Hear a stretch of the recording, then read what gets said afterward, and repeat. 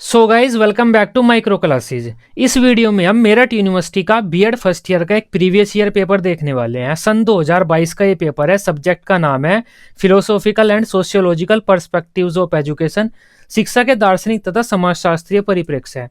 E102 इस paper का code हो जाता है।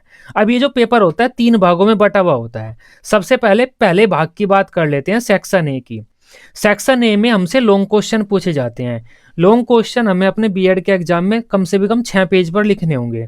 सेक्शन ए में जितने भी क्वेश्चन आप लिखेंगे में 6 पेज पर आएंगे, मिनिमम 6 तो आपको लिखने ही होंगे, क्योंकि 6 पेज अच्छे माने जाते हैं। अब बात करते हैं किस तरह से क्वेश्चन आते हैं। लॉन्ग क्वेश्चन टोटल 6 क्वेश्चन आते हैं, 2-2 के जोड़े में आपको कोई भी 3 क्वेश्चन करने होंगे। 16 नंबर का एक क्वेश्चन होगा, 3 करने होंगे आपको। इस तरह से आते हैं। सबसे पहले क्वेश्चन की बात कर लेते हैं हम। ये हमारा पहला क्वेश्चन है। इसमें 2 क्वेश्चन दिए हुए हैं, इन दोनों में से कोई भी आप एक कर सकते हैं। ये पेपर मैं आपको दिखा रहा हूँ। बीएड की रेगुलर क्लासेज मैंने कवर की हुई हैं, कुछ क्लासेज अभी भी चल रही हैं। बाकी फिलोसफी की क्लासेज मैं कवर कर चुका हूँ।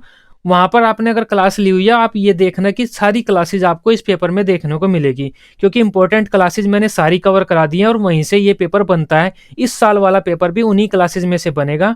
अराउंड मैंने शायद 30 के करीब क्लासेस ली हुई हैं, 30 टॉपिक पढ़ाए हैं, वहीं से आपका पूरा पेपर बन जाएगा।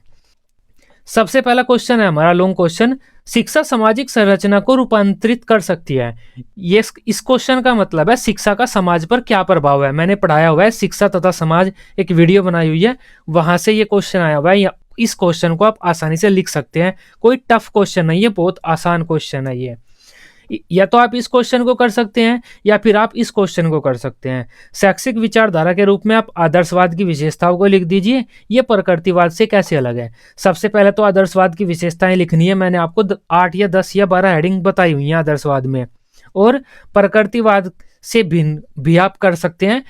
अगर आपको विभिन्नता दिखानी है तो हल्का सा प्रकृतिवाद के बारे में लिख दीजिए, आदर्शवाद के बारे में लिख दीजिए। ये दोनों एक दूसरे से अलग होते हैं, प्रकृतिवाद और आदर्शवाद। तब ये दोनों पॉइंट भी मैं आपको करा चुका हूं। जोन सा भी आपको अच्छा लगे वो क्वेश्चन आप एक कर सकते हैं, बाकी दोनों मैंने आपको कवर करा दिए हैं। अद्वैत दर्शन की आलोचनात्मक समीक्षा कीजिए। अब दूसरे क्वेश्चन की बात कर लेते हैं। दूसरे क्वेश्चन में आप या तो ये क्वेश्चन कर दीजिए या फिर ये क्वेश्चन कर दीजिए। सबसे पहला क्वेश्चन है दूसरे में, अद्वैत दर्शन की आलोचनात्मक समीक्षा कीजिए। अद्वैत दर्शन के बारे में आया हुआ है। ये अद्वैत दर्शन इतना इंपॉर्टेंट नहीं होता, लेकिन पेपर में आ जाता है, क्योंकि टफ क्वेश्चन भी रखना होता है बीएड वालों को। तो अगर आपने इसके बारे में पढ़ा हुआ है तो आप लिख सकते हैं। बाकी ये क्वेश्चन आसान आया हुआ है, शांति शिक्षा, शांति के लिए शिक्षा।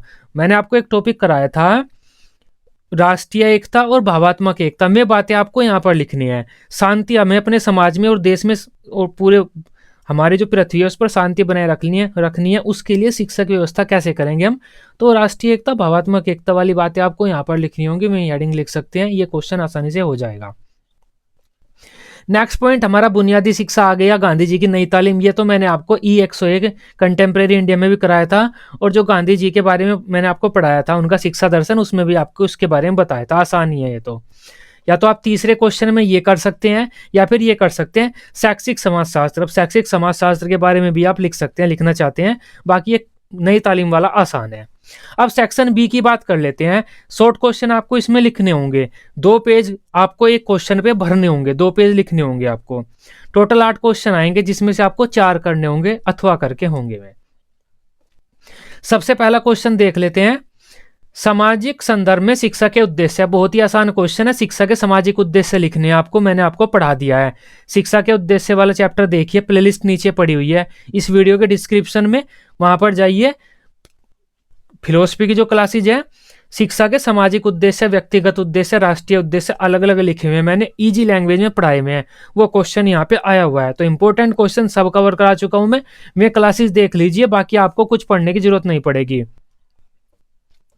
नेक्स्ट क्वेश्चन है, सामाजिक समानता और सामाजिक स्तरीकरण की विवेचना कीजिए। ये थोड़ा सा टफ बना दिया इन्होंने, लेकिन आसानी है। समाज में सबको समानता मिलनी चाहिए, तो उसके बारे में आपको लिखना है कि कोई ज़्यादा गरीब अमीर ना हो, ऊंच नीच जुआ क्या बोलते हैं उसको, छुआछूत जातिवाद वगैरह ना हो।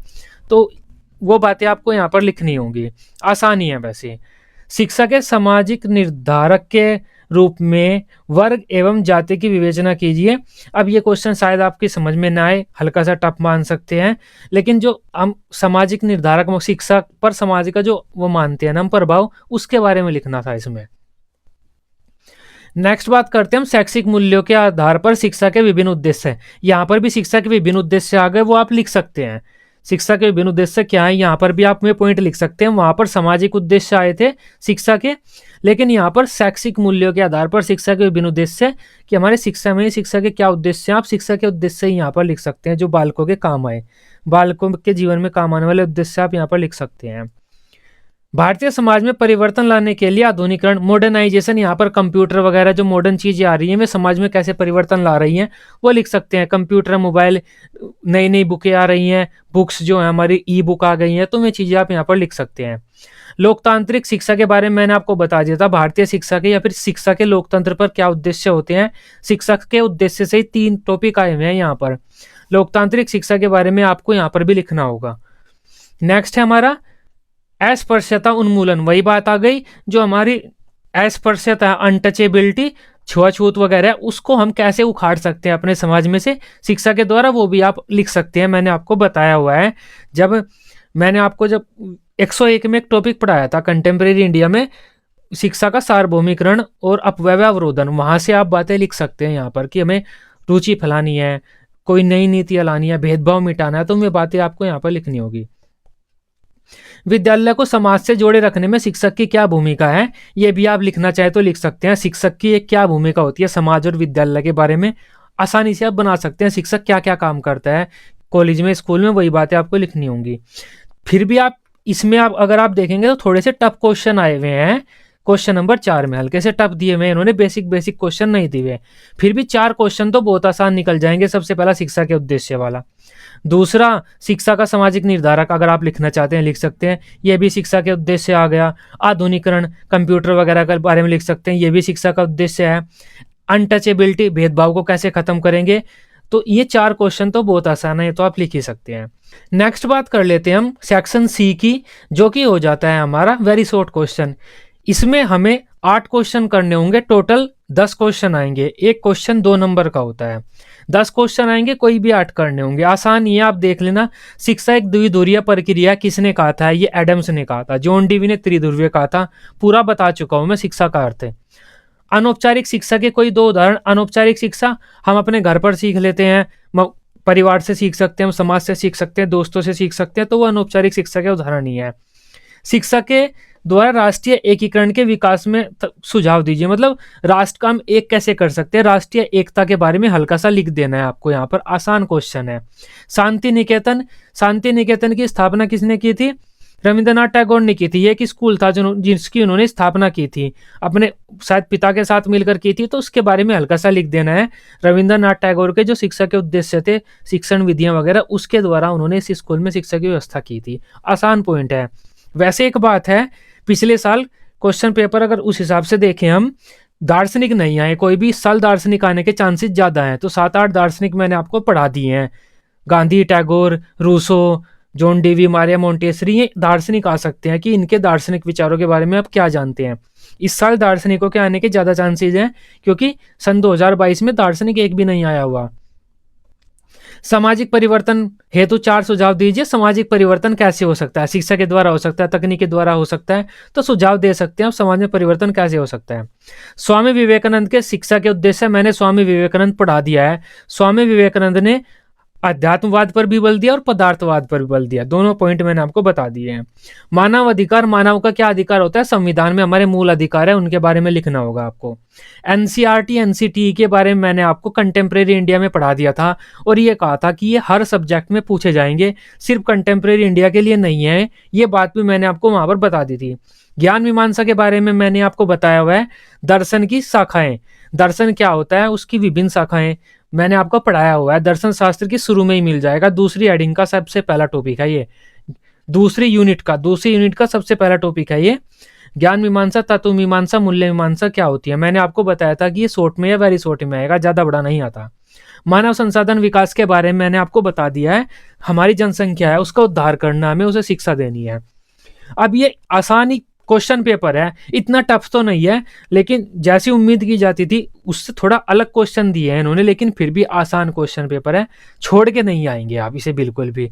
जो मैंने वीडियो बनाई हुई है उनमें से अगर आप देखना चाहेंगे तो आसानी से सारी क्लासेज आपको उसमें से मिल जाएगी। एक दो क्वेश्चन जो बाहर से आया हुआ है वो अथवा में निकल जाता है, क्योंकि मैंने आपको टोटल क्लासेज नहीं पढ़ाई हुई, इंपॉर्टेंट क्वेश्चन किए हुए हैं जो हर साल आ सकते हैं, इंपॉर्टेंट है, जिनके बिना आपका काम नहीं चलेगा, ऐसे क्वेश्चन सारे कराए हुए हैं।